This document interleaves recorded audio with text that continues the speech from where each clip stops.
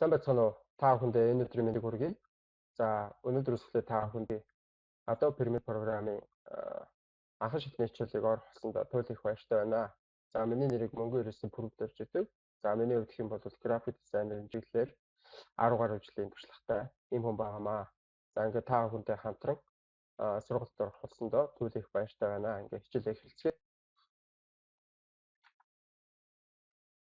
За, ерөнхийдөө бол Adobe Premiere програм маань бол график интерфейс нь нэг иймэрхүү байдалтай харагддаг байгаа. За, тэгэхээр Adobe Premiere Pro ерөнхийдөө бол Adobe Systems-с боловсруулж, за Adobe Creative Cloud лицензийн хөтөлбөрийн хүрээнд таймлайн буюу цаг хугацааны шугам суурилсан видео засварлах ийм програм хангамж юм аа. За, тухайн програм нь бол анх 2003 онд Adobe Premiere Pro гэсэн нэртэйгээр за ерөнхийдөө бол өмнөх хувилбар нь бол Adobe Premiere гэж дандаа гардаг байсан бол за энэ хувилбар нь бол Adobe Premiere Pro гэдэг нэртэйгээр гарсан байна. За өмнөх хувилбар буюу Adobe Premiere нь бол 1991 онд анх худалдаанд гарч ирсэн. За ерөнхийдөө ийм мэргэжлийн видео засварлахад ашигладаг ийм програм хангамж байгаа. За CNN жишээ нь энэ програмыг ашиглаж байсан тухай түүхүүдийг танилцуулбал CNN нь Adobe Premiere-ийг ашиглаж байсан байна. За мөн 2007 онд BBC-гийн зарим хэлцүүд Premiere-ээр нэвтрүүлгүүдийг бэлтгэдэг байсан байна.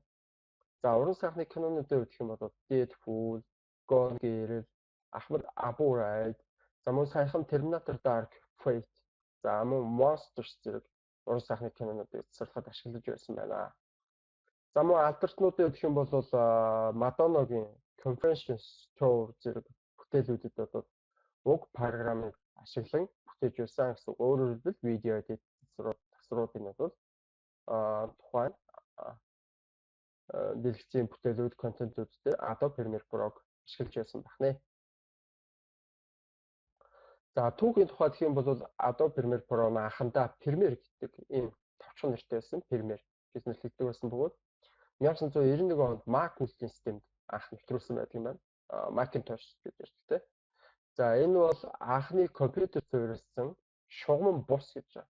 Яагаад шугамн бус гэж байгаа вэ гэхээр ерөөхдөө бол ихэвчлэн тухайн үед бол нөгөө видео эдит, видео засварыг бол ингээд хайсан дээр видео бичлэгүүдийг хийгээд тухайн хайснуудыг ингээд салгаж нийлүүлээ тасдах те ингээд залгах юм механик ажиллагаа ихтэй иймэрхүү байдлаар бол видео засваруудыг хийдэг байж байгаа. За яг тухайн үед бол компьютерт нэвтрүүлээд шугамн бус буюу видеог real time байдлаар засварлах системийг бий болгосон байгаа. За тэгээд энэ системүүдийн нэг нь бол энэ Adobe Premiere гэдэг програм байсан. За Premiere гэдэг програм маань бол Mac гэсэн үйлдвэрлэлийн системд зориулагдаад 1991 онд анх үйлдвэрлэгдсэн байна. За Premiere Pro хэмээх нэрээр 2003 онд нэрлэсэн. За тэгээд дараагийн бүх хувилбарууд нь уг нэрээр нь ашиглаж ирсэн. За Premiere Pro-гийн анхны хувилбар нь болохоор Premiere Pro 1-ээс 7 хүртэлх хувилбаруудаар нэрлэгдэж байсан. За тэгээд одоо бол Premiere Pro CC гэдэг хувилбар руу орж ирсэн байна. За нэмэлт өөрчлөлтүүдийн тухайд гэх юм бол Premiere Pro 1.5 нь өмнөх хувилбараас илүү тогтвортой хувилбар байсан. Өөрөөр хэлбэл Premiere Pro 1-ээс илүү тогтвортой, за алдаа багтай, за мөн дээрээс нь цөөн хэдэн жижиг нэмэлтүүд багтсан байдаг. За Premiere Pro 2 нь болохоор шинэ интерфейс, шинэ функцүүд, Adobe-ийн бусад програмуудтай интеграц хийх зэрэг хэд хэдэн өөрчлөлтийг хийсэн. За энэ хувилбарыг гаргаснаар олон камерын засвар, за DVD-нээс бичлэг хийх, за GPU процессорыг хурцгах, за мөн дээрээс нь HD, HDV өргөтөлийг дэмждэг болсон байна. За Premiere Pro CS3 энэ хувилбар болохоор 2007 онд анх гарсан. Энэ хувилбарын шинэ онцлог шинэ чанаруудын нэг бол цаг хугацааг өөрчлөх буюу speed тохиргоо байсан байна. За өөрөөр хэлбэл цаг хугацааг өөрчлөх, хойшлуулах, хурцгах, удаашруулах гэсэн хөтөлбөрөөнүүдийг хийдэг болсон. За Premiere Pro CS4 гэх хувилбар Premiere Pro-гийн энэхүү хувилбар нь 2008 оны 10 дугаар сард гарсан бөгөөд засварлах ажлын урсгал илүү сайжирсан. За мөн илүү уян хатан байдал, за мөн олон төрлийн форматыг нэмэгдүүлсэн байдаг. За Premiere Pro CS5 нь болохоор 2010 оны 4 дугаар сард гарсан. За энэ дээр бол Mercury Playback Engine гэдэг чухал нэмэлт бий болсон байдаг. За энэ бол дүрсгүйгээр өөрчилж харах боломжийг олгосон. За энэ хувилбар нь програм хангамжийг бусад жижиг сайжруулалтуудыг мөн багтаасан байдаг байна. За Premiere Pro CS 6 болохоор 2012 оны 5 дугаар сард гарсан ба энэхүү хувилбарын интерфейсд нь хэд хэдэн өөрчлөлт оруулсан байдаг. За сайжруулалтууд нь тохируулгын давхаргуудыг зөөх, өнгөний тохиргоо хийх, за хэрэглэгчийн ажлын төлбөрийн тохиргоо гэх мэт энэхүү нэмэлтүүдийг багтаасан. За хэрэглэгчдэд Adobe Prelude, SpeechJet, Adobe Creative Cloud гэх зэрэг одоо энэ бүтээгдэхүүнүүдийг бас Adobe Systems-ээс танилцуулсан байна.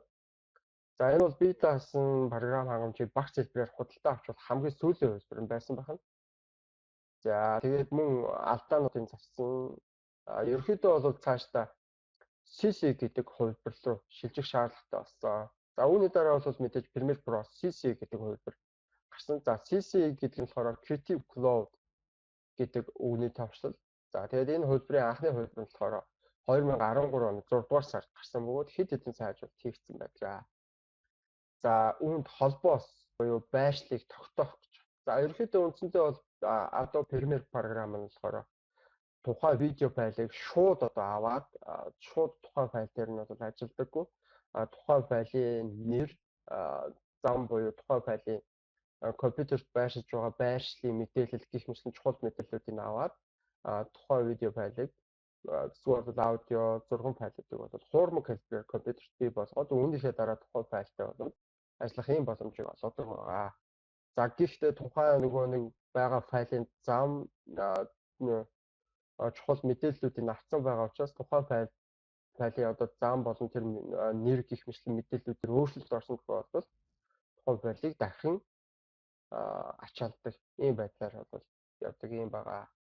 За тэгээд энэ эдгээр зүйлүүд хийгдсэн байна. За мөн цагийн шугамыг шинжилэн боловсруулах, за мөн аудио холцтой ажиллах. Ерөнхийдөө бол аудио файлуудтай нэлээд нарийн ажилладаг байгаа. За мөн Adobe Audition гэдэг програмтай бол мөн интеграц хийж ажилладаг байж байгаа. За мөн дээрэс нь Lumetri Deep Color Engine гэдэг. За ерөнхийдөө бол энэ 3 өнгөний холцын тохиргоо байгаа. За мөн сайжруулсан Multicam засвар гэдэг. Ерөнхийдөө олон камерын засварлах ажил. За мөн Adobe Anywhere-ийг нэгтгэх гэх мэт орноо. Энэ бол зөвхөн захиаллын үйлчлэгээр дамжуулан авах боломжтой Premiere Pro-гийн анхны хувилбар байсан.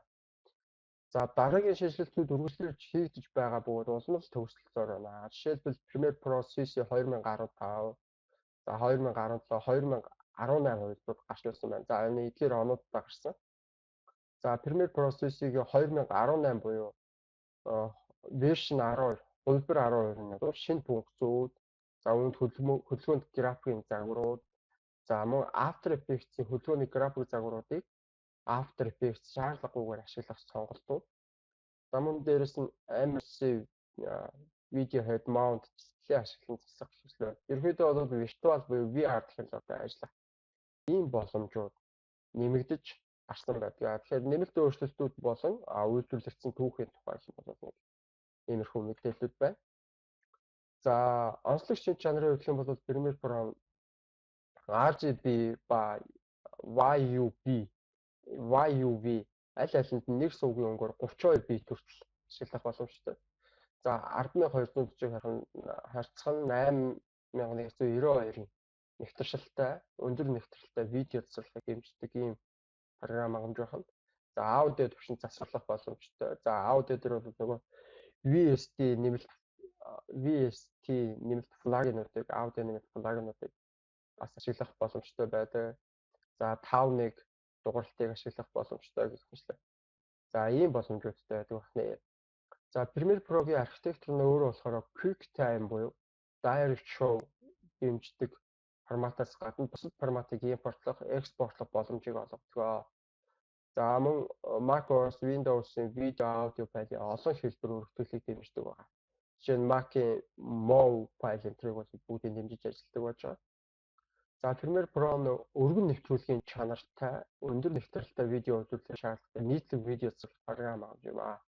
За үүнийг видео, аудио, график импортлоход ашиглах боломжтой бөгөөд видеоны шинэ засварлсан хувилбарыг бий болгоход ашигладаг.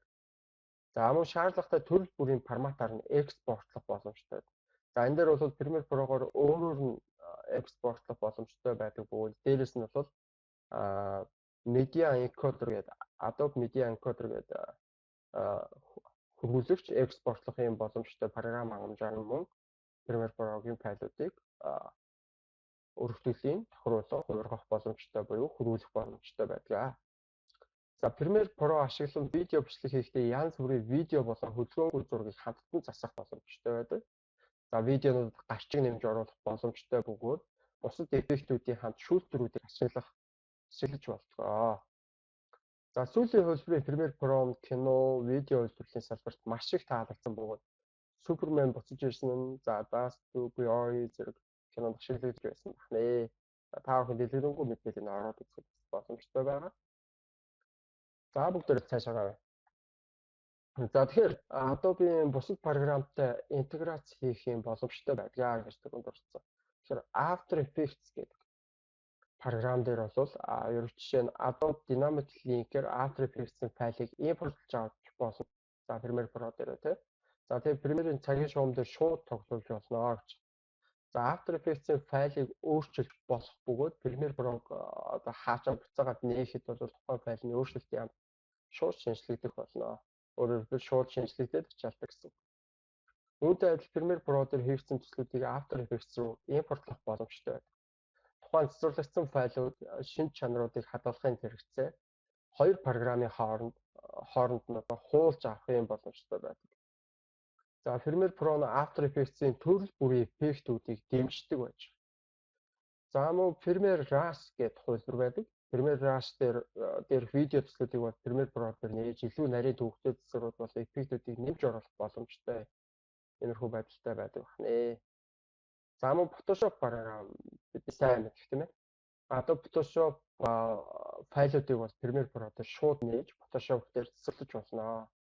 За Photoshop файлыг хадгалаад Premiere Pro дээрх файлаа буцааж нэхэд аливаа өртний даруй шинжлэгдсэн байх болно. За мөн Adobe Photoshop програмын хичээл маань бол энэ одоо сүүрийн манай платформ дээр бол нийтлэгдсэн байгаа. За мөн дээрэс нь Adobe Illustrator гэдэг програм байдаг. За энэ програм дээр хийгдсэн график вектор төрслийн график файлуудыг ерөнхийдөө бол Premiere Pro дээр шууд нээх боломжтой. За эдгээр файлууд нь ерөнхийдөө вектор файлууд бөгөөд энэ нь ямар ч томруулалтын түвшинд өргөжиж эсвэл багасч болох математик шугам төрсүүдээр үүсгэгдсэн зураг байдаг.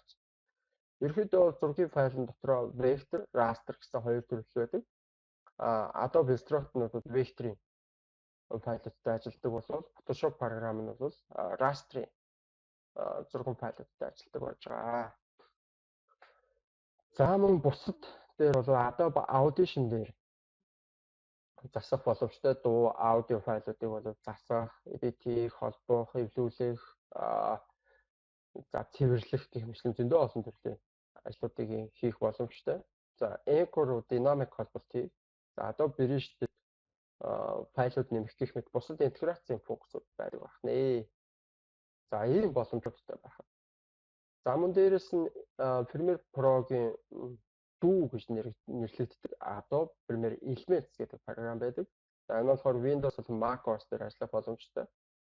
Ерөнхийдөө бол энгийн хэрэглэгчдэд зориулсан видео засварлах юм. Одоо нэг маш энгийн жижиг видео засварыг бол энэ Premiere Elements-ийг ашиглах боломжтой. За Premiere Pro нь өөрөө гэх юм бол мэргэжлийн түвшний програм авах бөгөөд төрөл бүрийн эффект болон нэмэлтүүд, за олон камерын засварлалт, цаг хугацааны тохиргоо, хамрах хүрээ, өнгө засах, за тэгээд нэмэлт хэрэгслүүд, за дэвшилтэд аудио холигч интерфейс зэрэг Premiere Elements-ээс бол илүү олон онцлогч шинж чанартай байлаа. За ийм зүйлүүд байна. За тэгээд бидний үзэх энэ Adobe Premiere анхан шатны хичээл дээр бол бид нар бүгдээрээ бол тухайн одоо энэ саяын дурдсан энэ олон энэ давуу талуудыг үзэх болно. За мөн дээрэс нь бол бид нар яг одоо нэгээс хоёр видеог бол бид нар бол яг өөрсдөө бэлтжиж агаад за тухайн видеонуудаа бол засварлаад edit хийгээд за тэгээд тухайн видеогоо яг одоо компьютерт болон бусад сошиал сувгуудад за тэгээд бусад платформудад тохирох төрөл бүрийн өргөдөлгүүдээр нь бол хувиргаж үзэх байгаа. За тэгээд энэ Adobe Premiere Pro-гийн анхан шатны хичээлдээ та бүхэн маань идэвхтэй хамрагдаж оролцсон гэдэгт итгэлтэй байна. За мөн энэ хичээлийг маань үзэж сонирхож байгаа та бүхэн туйлыг талархаж байна. За тэгээд хичээлдээ идэвхтэй хамрагдаарай гэдэг. Тэгээд дахин хэлье. Анхаарал тавьсан та бүхэнд баярлалаа. Дараагийн хичээлээр уулзлаа. Түр баяртай.